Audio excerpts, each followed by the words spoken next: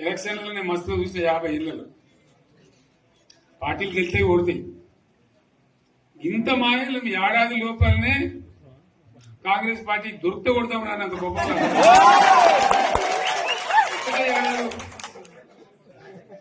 ఇంకా వాళ్ళ పొంద తెలివికి నిన్న వారి పార్టీ మంది పెట్టాలి. అదేందో పోలింగ్ పెట్టిన వాడు చూసిరా మీరు? ఆ పోలింగ్ పెడితే 70% మనకు వచ్చింది, 30% మనకు. వాడు పెట్టింది మనం పెట్టింది కాదు.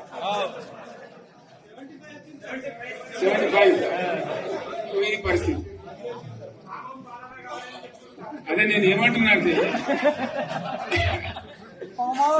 ఫామ్ హౌస్ అంటే ఏముంటది, వారి ఉంటది, మాకు ఉంటది, అలా ఉంటది. కాంగ్రెస్ వాళ్ళు అయితే మనిషి చేస్తే పారబడి కావచ్చు కూడా లంగత దీన్ని ఫామ్ హౌస్ అని మనం బదనాం చేసి అంతే కదా.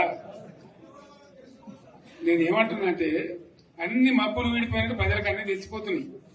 మంచి ఏంది, చెడ్డ ఏంది, ఏం జరిగింది అన్ని ఇంకా ఘోరమైందని చెప్తాను. వీళ్ళ తెలియదక్కతనానికి ఏమైంది?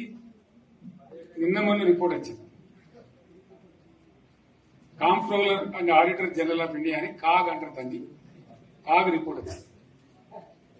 పోయిన సంవత్సరం మన గవర్నమెంట్ లో వచ్చిన ఆదాయం కంటే 13,000 కోట్ల రూపాయల ఆదాయం తగ్గిపోయింది. ఇంకా మార్చి పోయే వరకల్లా ఇంకో 3-4 కోట్ల అంటే 15,000 కోట్ల ఆదాయం పోతుంది.